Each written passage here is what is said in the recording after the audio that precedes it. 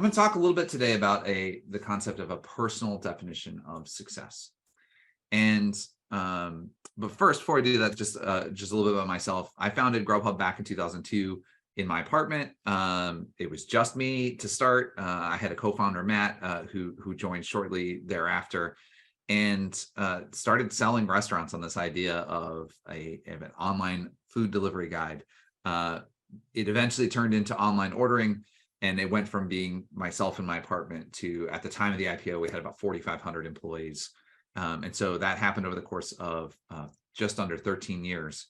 And then I punted it all and rode a bicycle across the United States from Virginia to Oregon about 3 weeks after the IPO. And so since then, I started another company called Fixer. Fixer is an on-demand handy person service that employs the workers as full-time W-2 employees. And the reason that we do that is because the supply of skilled workers is insufficient relative to demand. So we decided we were going to train people from scratch.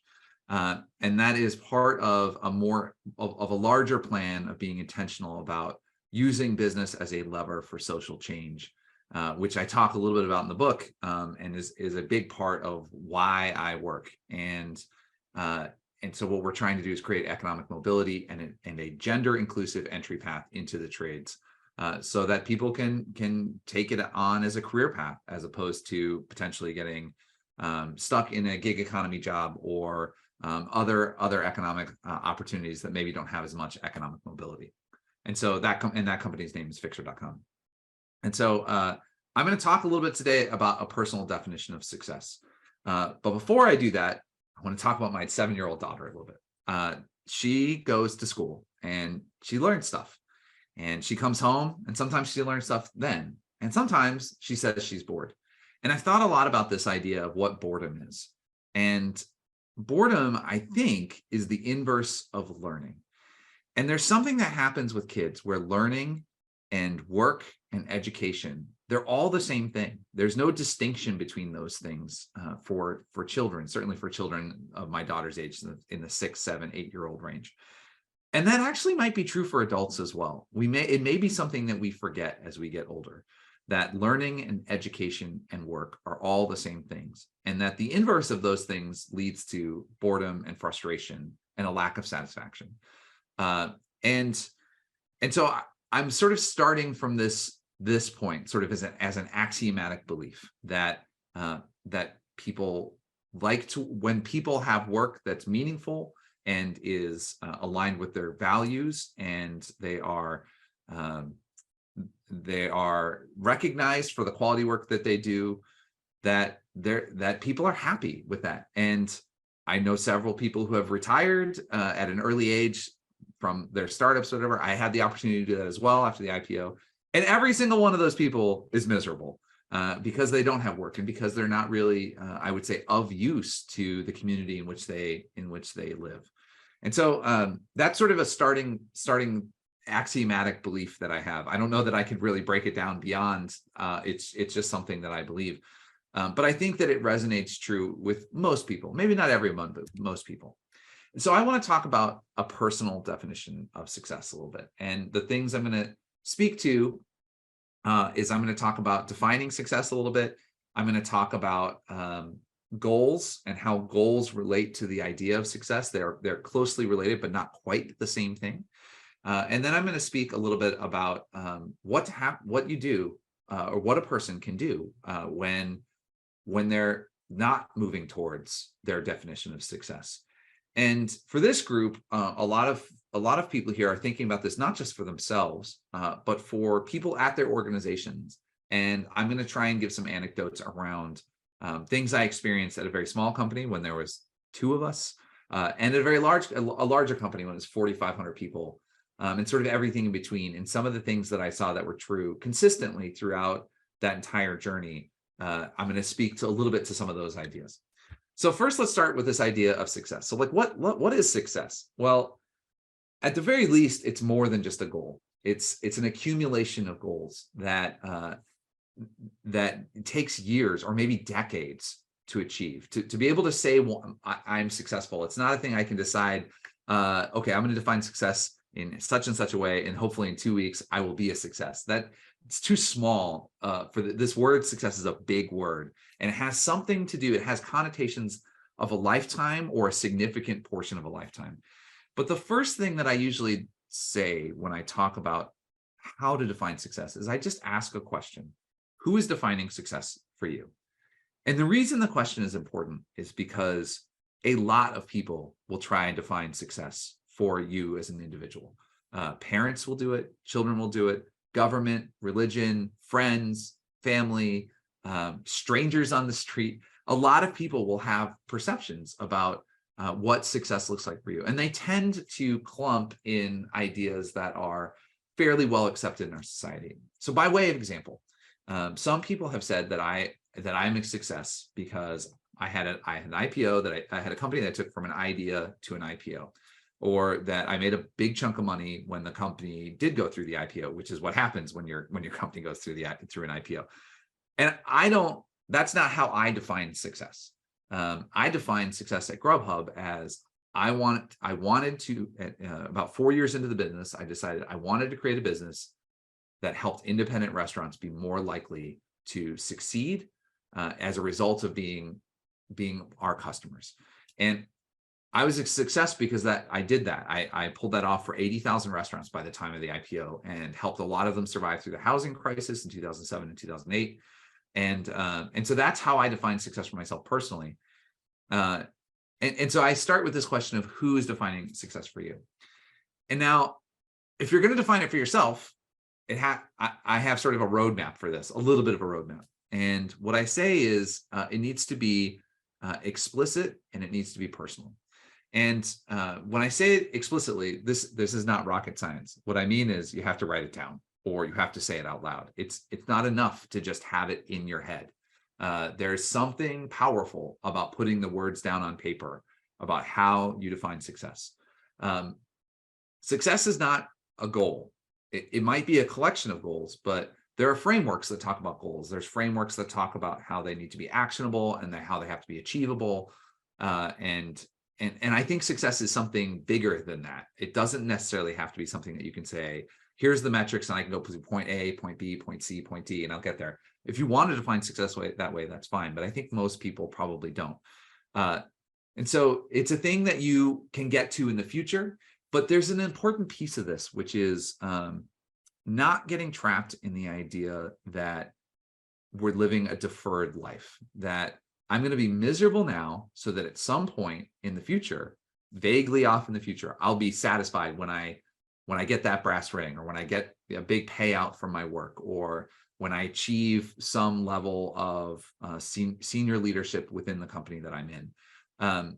If you're waiting for the future to enjoy the satisfaction and contentment of your work, that's probably not a really helpful and healthy definition of success. It needs to be something that you can dwell in even as you're trying to approach the goal.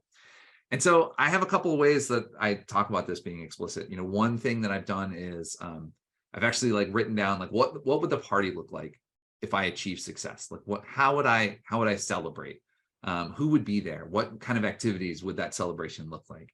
And this is part and parcel with this idea that you need to be able to dwell in your concept of success in the present, because this idea that how I'm going to celebrate in the future is very applicable to how you can celebrate now as you get small milestones on that path. And then the other thing I say about success is it has to be defined personally. And really what I'm talking about here is it's got to be unique. So the idea of uniqueness, it comes about, your idea is unique. Your idea of success is unique if when you make it explicit, when you tell a friend or a family member, this is how I define success, people disagree with you. So when I say that I was successful at Grubhub because I created a platform that helped 80,000 independent restaurants stay in business, a lot of people disagree with me. They're like, yeah, that's cute, but you got paid, with a capital P, and that's why you're a success. People disagree with me. And that means I'm onto something.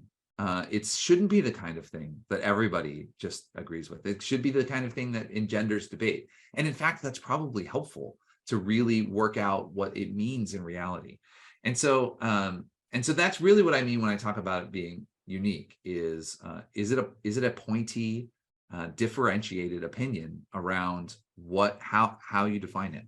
And so this is where I start. Is if you have a personal definition of success, then you know where you're gonna be headed, and that definition of success might actually be in several spheres of your life. There might be a career definition of success. There might be one that you have with regard to relationships, whether that's a partner or children or parents or family or friends.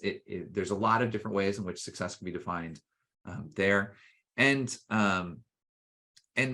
further, you might have other areas besides career, and you might have health and other things where you might define success.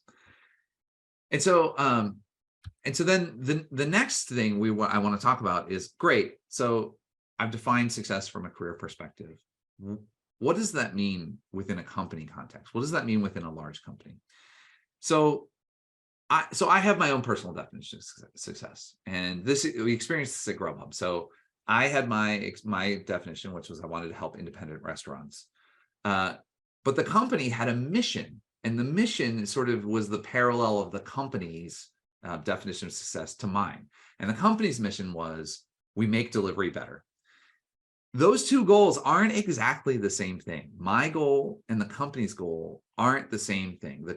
My definition of success and the company's definition of success are not the same thing.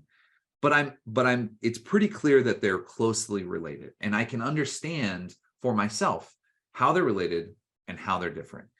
And this is an important thing that every person in an organization has to do. And as HR leaders, or as an entrepreneur, or as a business leader generally, is an important thing to encourage people to understand who's defining success for you, what's your definition of success, and how does it relate to the company's definition of success. And that's important because there's sort of three ways in which a person interacts with their company in these sort of large scale ideas. One is, does my definition of success match up to the company's mission statement? The next is, does my goal for this year match up to the company's goal for this year? And keep in mind, goals are a smaller thing than a definition of success, but still important.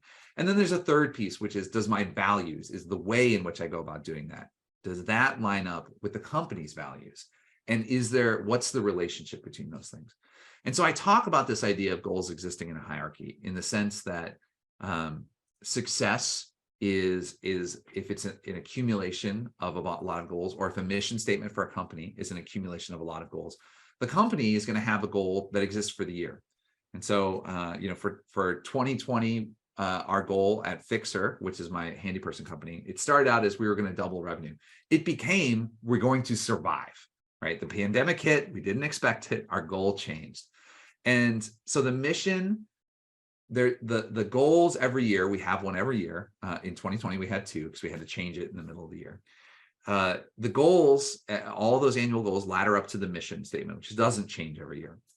And then the company goal then engenders departmental goals. So there's a marketing department, and their goal might have something to do with the number of users or consumers or customers that get exposed to the idea. And a sales department might have a goal around how many sales do I have to make to achieve the company goal. And the HR department might have hiring and personnel satisfaction goals that ladder up to the company goal. And then within the department, there might be a team, or sometimes that team is just one individual.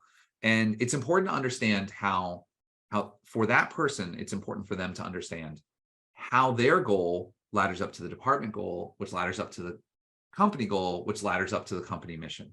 And once you get down to that level of personal goal setting, it becomes really relevant for an individual. The idea of here's my goal for this year at work is a very powerful statement for an individual within an organization. And you can set up a framework, and you can set up processes that encourage this kind of idea. And I use this ladder approach where you should know personally what your goal is for the year, and how that ladders up to the company's goal overall. Now, I'm going to give an anecdote of the first time that I tried this at Grubhub. There was probably like 100 of us in the company, and I talked about what the company goal. I called an all company meeting. We were all in one room. It was really loud, and I talked about what the company goal was, and I encouraged each of the departments to break into smaller groups and talk about their department goals, and then individuals to think about this. And the first time I did this, I got a lot of complaints afterwards. I got a lot of people who were like, that was a waste of time. I don't know why we just spent so much energy doing that. But I also got a lot of people who said, this was really meaningful. I've never had somebody take the time to explain how my goals are supposed to ladder up to the company goals. And it's really motivating for me. And it turns out that it was about 50-50. About 50, I went and did a survey. I asked people what they thought about it. About 50% of the people in the organization said they don't care, it was a waste of time. And about 50% of the people said, this was really important to me, this was really meaningful. And my response to that is, you have to do it, because for the 50% that really find this meaningful, it's incredibly important. And for the other 50%, they may be intrinsically motivated, or there may be some other reason why they're not, it doesn't resonate with them. And so I did this year after year. And one of the things that really surprised me was that there were people who said this was a waste of time, who later then said this was really meaningful to me. And there were people who thought it was meaningful when I first did it, who later thought it was a waste of time. And what I came to realize over the course of about 20 years is that some people can't engage in this message because there are things going on in their other spheres of life that prevent them from being able to put their full attention towards work. And that just happens as a result of living life. And it's okay. It's still important for the people who are putting a lot of their energy and effort and identity and getting satisfaction out of their work, that they understand how their work relates to the company goal and how things work. And so I continue to take this approach that it's a message that only half the people in the company are really going to love, but it's really important for that half. So it's worth doing, even if there are naysayers. And so this idea of hierarchy and understanding how my goals ladder up is powerful for people. So in this slide really goes to this idea that it's part of a larger whole. So for each individual in the company, and in different ways for each individual in the company, the career goals and the company goals are only one part of their goals. Some people are working at your company because they need to get a paycheck, and that's all they care about, because there are other aspects of their life that they have to spend their energy and effort on, and they need that money just to survive, right? They have to support children, or they have to support parents, or there's health issues, or they're in a phase of life where they just want to travel a lot, whatever the case is. And good organizations have to be a big enough tent to be able to handle the people who are super engaged and the people who are less engaged. And part of that is starting with empathy and understanding that not everybody is as into work at times as everyone else. But for the ones who are, it's really important to get this right. And it's important to recognize that some people who are not super engaged may become super engaged in the future. And so creating this framework for them is really valuable. And so the other thing that I sometimes talk about is the values. How do the values relate to the goals? And it's very hard to have a set of goals that ladder up to success, a personal definition of success, and to reach towards those goals, but to do it in an environment where you're not working in line with your values, where you feel like you're making some compromise. Michael, I just saw you came off mute. Exactly. So, and you can blow me off and go, I want to keep going. But I did have a question from the audience, and I think it's apropos and relevant. The tangibilizing the kinds of goals that they came back to you with that were good ones and you thought were meaningful versus the bad ones. I believe that there would be many of us on the call that have endeavored to pursue a path like that, to find a lot of blank expressions. We could say we wanted to improve the product, we wanted to improve the service, we wanted to grow revenue, And after that, everything got pretty foggy. So just even to tangibilize a few things that you saw, I think might be great for us all to, Yeah, when I say that when I say that 50% of the people who heard this message liked it, that's probably an oversimplification. What really probably happened is 20% were super engaged, 20% absolutely hated it, and then there was the middle 60%. And what I found is if you spend your energy, if I spend my energy on the people who really hate it, then the middle 60% also hate it. If I spend my energy on the 20% that really love it, the middle 60% move along with that. And yes, I've heard some terrible goals. I've heard some like, this year I'm going to sell. I'm only going to sell the best restaurants. I'm not going to sign up any restaurants to the best restaurants. And I'm like, all right, well, that may be an unreasonable goal. Like, how do you know ahead of, like, what you're really saying is you're going to tell the future for the restaurants that are going to perform the best, which is not possible. I take a real light touch with that because someone displaying a sense of intentionality and engagement is actually more important than the actual goals that they set. Not everybody's great at this right away, right? So one of the things I do is I just focus on the positive when I'm talking about this. I'm focused on intentionality, I'm focused on explicitness, and I'm focused on engagement and trying to increase those three things as opposed to getting the goals perfectly right. Perfect is the enemy of good in this case. And you can spend a whole lot of time working on perfection and sort of miss the point. Does that answer the question? Yes, that's great. I want to just add one perspective, not to be contrarian in any way, but some people may relate, and that is the inability to set one's own or a department manager's ability to set a department's goals doesn't preclude the individuals or the group from making actual great contributions that are perfectly alignment. It was just that they couldn't state it when the light was shone on it. However, feedback loops and recognition don't care what you initially set out to do, only what you actually did.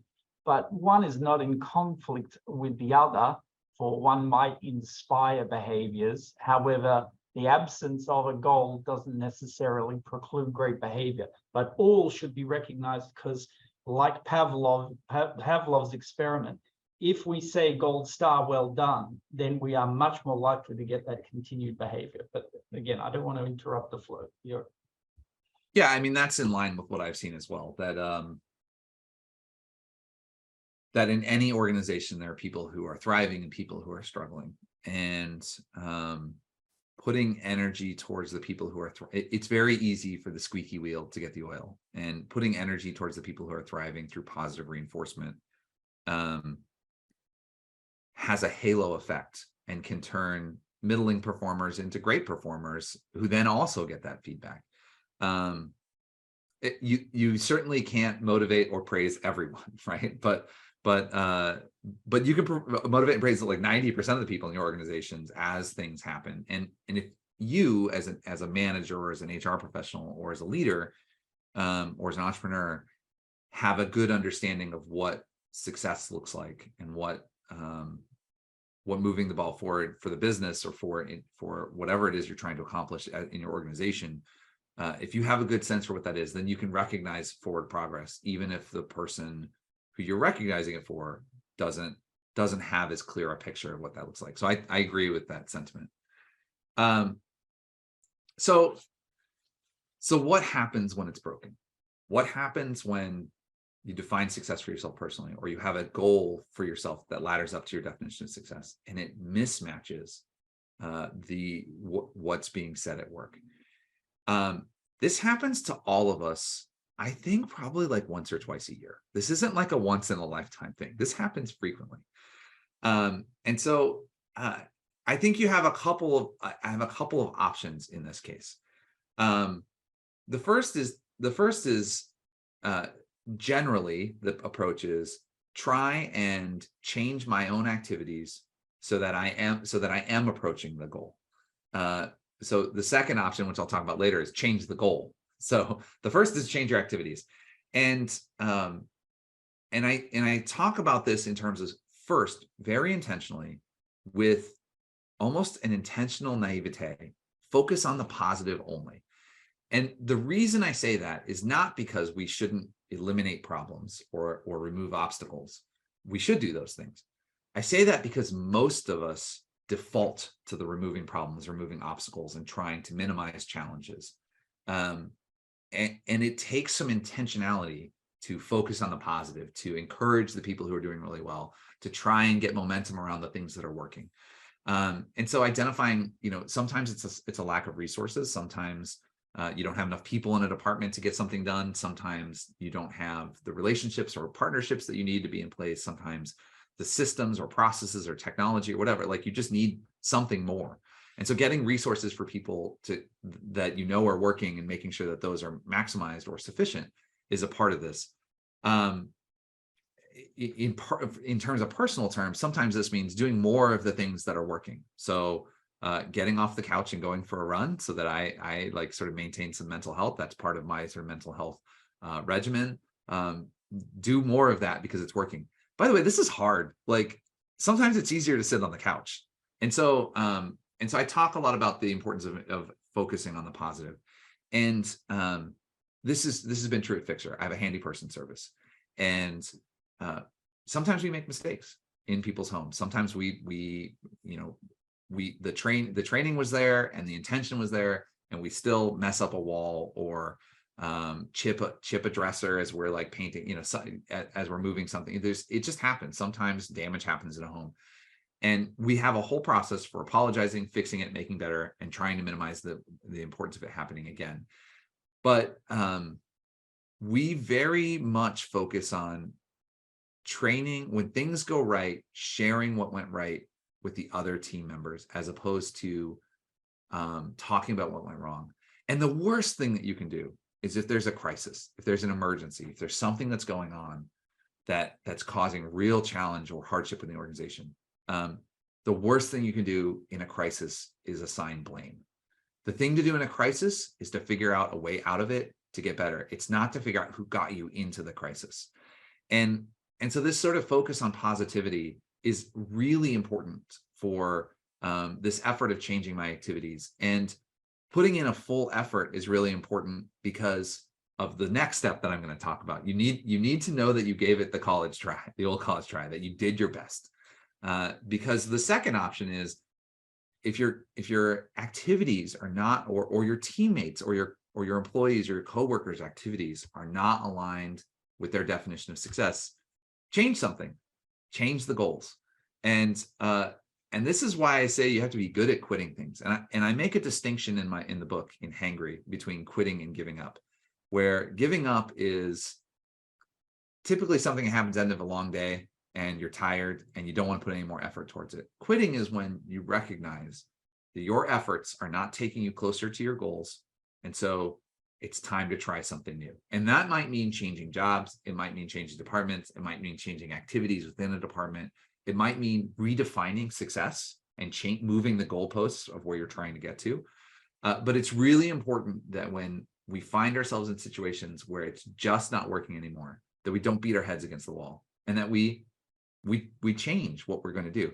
And there's a huge stigma associated with quitting, and certainly all of the conversations that's happened lately with the great resignation and quiet quitting and all of that.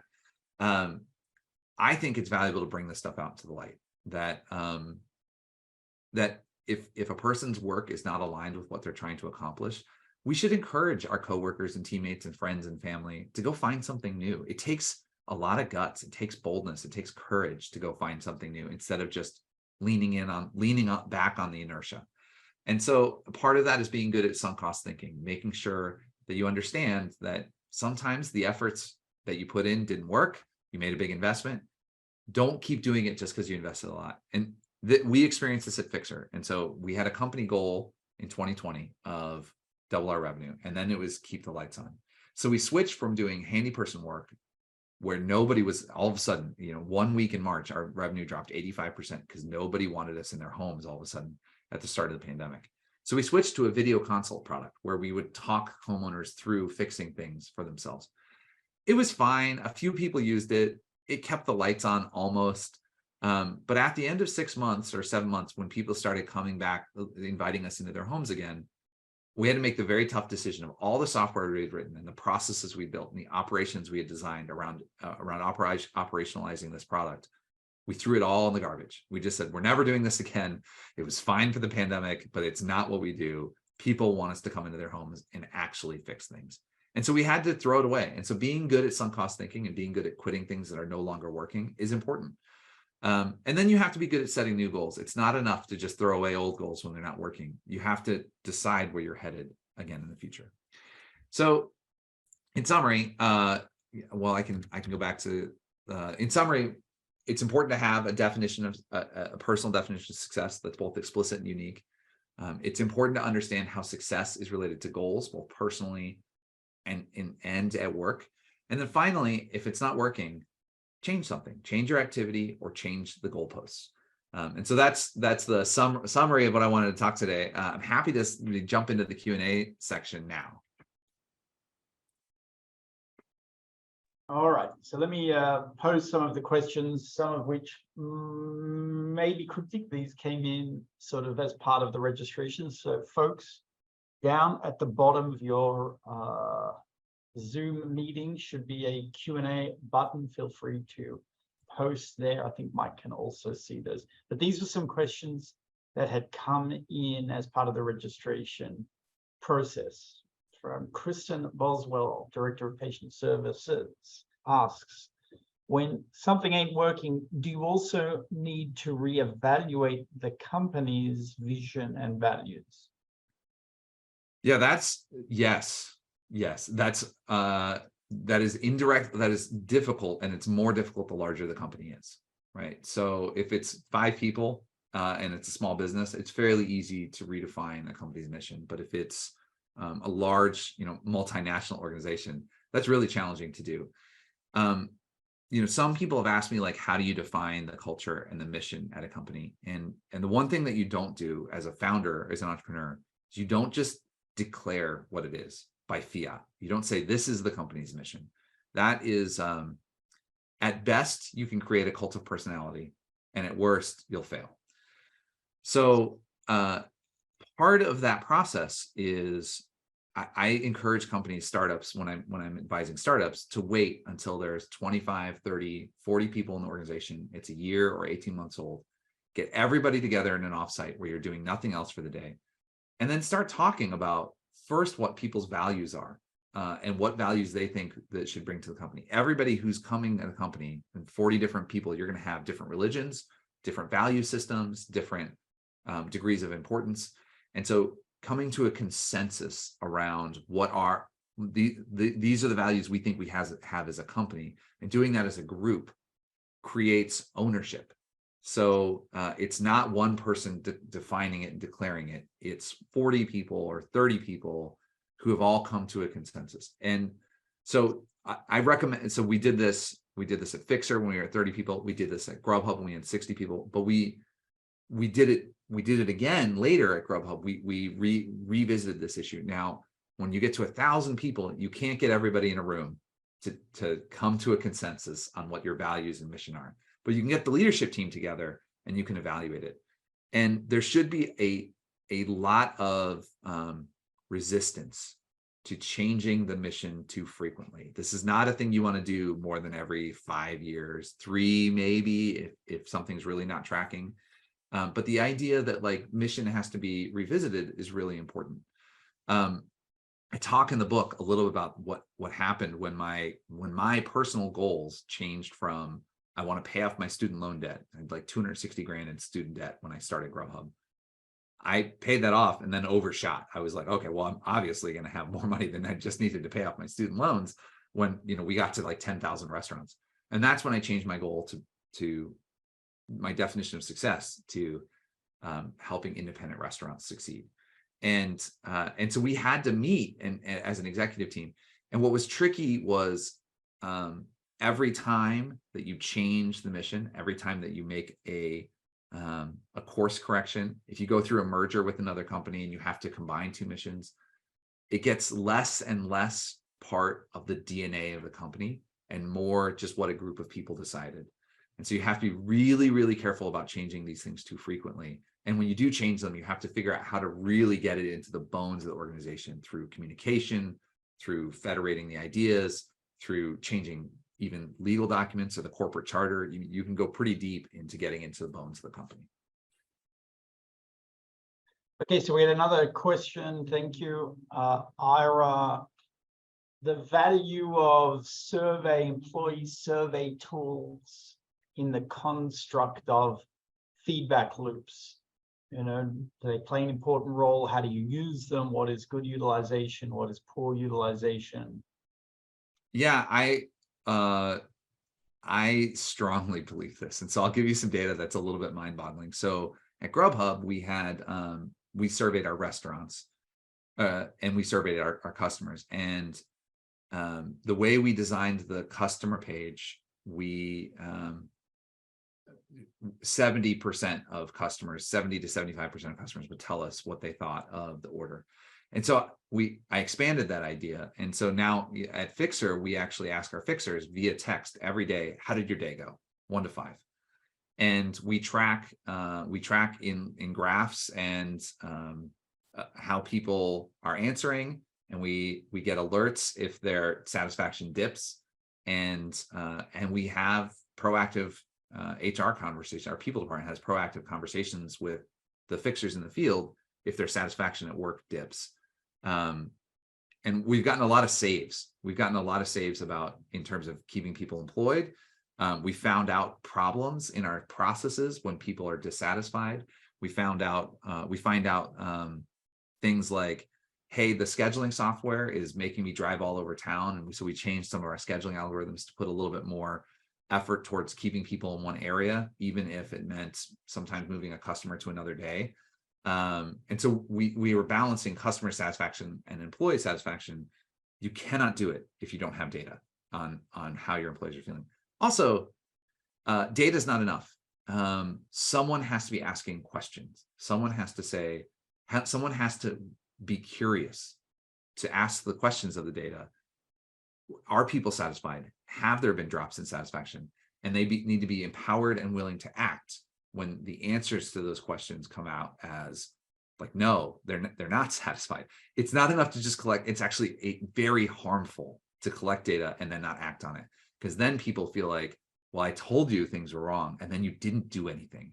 And so an action orientation on this data is critically important. All right, Chris Nelms asks, what strategies do you suggest in changing, aligning team members' beliefs when considering mission, vision, guiding principles across the organization? Yeah. So principle number 1 is don't take your religion and hammer it on somebody else. So it needs to be a group effort. And so I don't think that you can align people's beliefs. I think what you can do is you can get the intersection of everyone's beliefs. If you find out that everybody believes a bunch of different things, but there's a Venn diagram that overlaps, focus on the overlap and have, a good culture is not everyone's a carbon copy of everybody else. A good culture, people believe different things, and you hire people who look a little bit like you, but look a little bit different.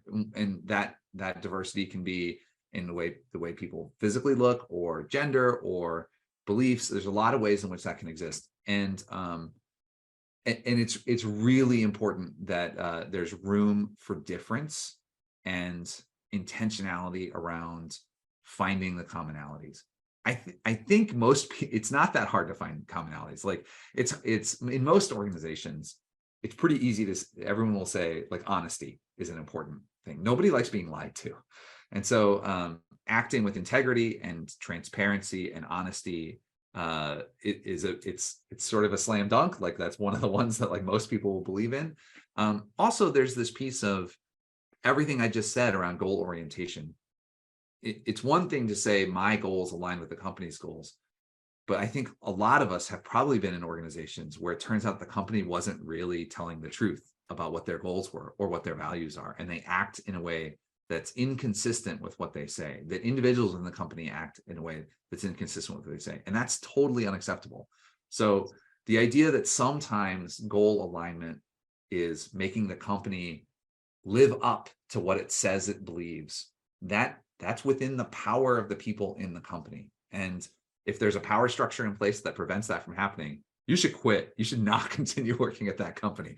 And so this idea of like finding values and finding common ground, it takes conversation. It happens face to face in rooms, or I guess Zoom calls. It can happen. It takes conversation and intentionality and time and effort.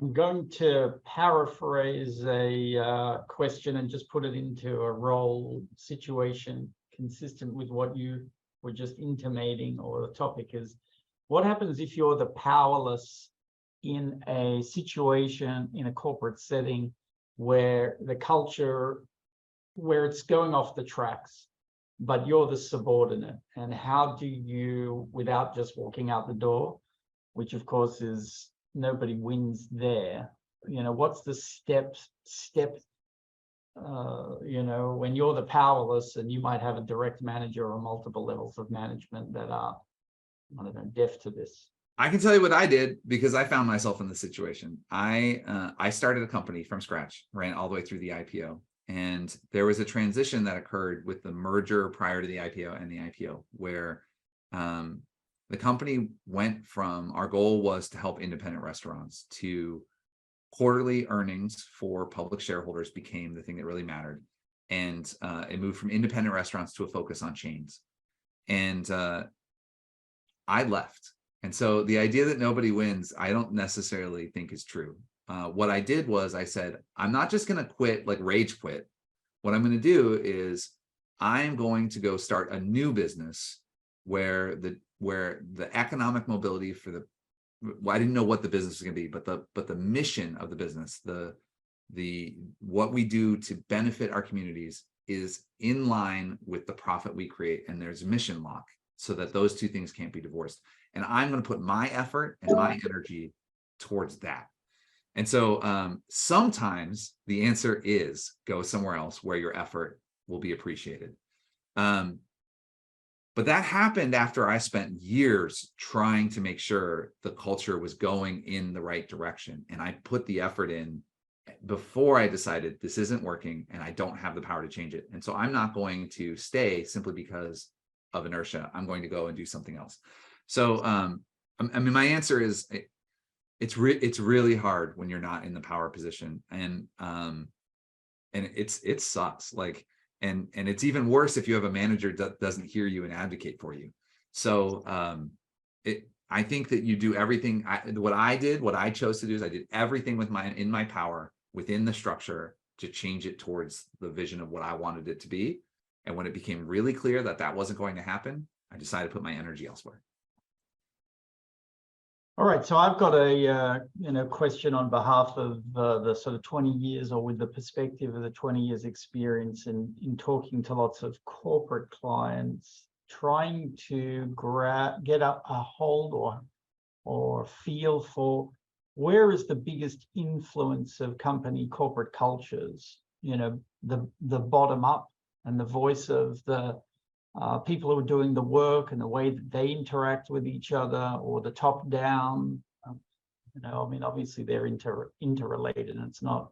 But if one got to design the great culture, and invest, if a CEO says, I do want to change the culture, I want to make this a great place, I want people to be inspired, our line of, we want them to be proud. But where does one initiate the change? Sort of, seed it, grassroots up, or no, if the leadership is not starting it, it's never really going to happen. It's all trickled down. I think it has to start with the leadership. It's sort of a both and, but it has to start with the leadership, and the place it has to start is with authenticity. The leadership team, if they say that they want the culture to be important, they need to be committed to doing two things. Specifically, one is once it's defined, once the mission and the values and the goals of the organization are defined, which are sort of the core piece of the culture, and along with the the habits and the rituals that are sort of intrinsic to the company, the way that you do hiring, the way that you celebrate promotions, things like that. Once all of those things, there's a decision made about what those things are going to be, they have to stick to it, right? So I recommend putting the mission, value, and goals. I put it in the beginning of every presentation that I share, every board presentation, every team presentation. It's everywhere. Like you investor conversations, like we start with, here's our mission, here's our values, here's our goals. We hire based on those. We do discipline based on those. We do bonuses based on those. So one of our, one of our goals is honest. One of them is respect. One of them is finished. And so when customers write those things in reviews, the handy people get bonuses. And so it's pervasive. It's everything. Like there's this commitment to making it really real. There's a second thing that's really important, and this gets to the bottoms up approach. You have to listen to the people doing the work. Like the leadership team has to be in conversation with the people doing the work. When they have concerns, they need to be addressed. And the pay has to be fair, and the policies have to be fair. Like you can't expect people to work for nothing. You can't expect people to there's a social network that's going through this right now, Twitter. And like there's this expectation that people have to just work, but for nothing in return. Like quit that company. Hell no. Like there's no way that you'd want to stay in a company where the individuals who are doing the work aren't being it's not clear what the contract is, what the give and take is for working at the company. And so there's this listening aspect to it as well. But I can't imagine a situation where there's this bottoms up approach from the people who are doing the work without support of the leadership, where a cultural shift is actually going to work. Like it has to be, the leadership has to be on board with it, and they have to be authentic in their desire to make a great culture. Does that conflict with the fact that you might be a publicly traded company and there's a bigger agenda than what you might personally, as a CEO or business leader, want, or from given your experience? It doesn't have to be in conflict. I think the easy path is to say shareholders need X. I think that there's lots of examples of companies where the CEO and the leadership and the board of the company make a stand and they say, we create value long-term for the community we operate in, or for our environment. I mean, Patagonia is a good example of this. Etsy is a good example of this. Like there's a bunch of companies where it takes strong leadership to push back on when there's a quarterly earnings call and someone says, yeah, but you could do X and make more money. And then the CEO has to say, yes, for the short term, but we're not short-term thinkers. And so it takes strong leadership to make that happen. Weak leaders are never making trade-offs. It takes strong leadership to say, here's one goal, and this is the thing that will advance my effort towards this one goal. And here's another goal, and the two are in conflict. And I understand that there's going to be a trade-off between the two. And I'm not going to just try and say we're doing both things. And so part of that is just having a culture of understanding what the costs are of making certain decisions and being comfortable with consequences and sticking the course. All right, very good. Well, Mike, we're at the end of the hour. Thank you, everybody, for the questions, participation. Special round of applause for Mike Evans. As I mentioned at the beginning, or if you didn't hear, we'll send out following this an email, both with a copy of the recording if you want to share this with some of your team members at the office or otherwise. Obviously, for the first 100, they will get a copy of Mike's new book, Hungry, A Startup Journey. Mike, we wish you success with the new business, Fixer.com. Which geographies is that available in? We're in Chicago, Seattle, Denver, Dallas, and Phoenix, and we're launching San Francisco and LA early next year. Okay, I'm going to use the service in the Dallas market. I'll give you some feedback on the experience and what it is. Although I think I'm a fixer, but we'll happily have one of the fixer guys come in and let you know how that goes. So thank you very, very much. Happy Thanksgiving to you and the Evans family, and to everybody else on the call. Enjoy whatever you're doing next week. We all have lots to be thankful for. Hopefully more things to be thankful for than less. So all the best, everybody. Thanks again, Mike. Thanks for having me. It was great.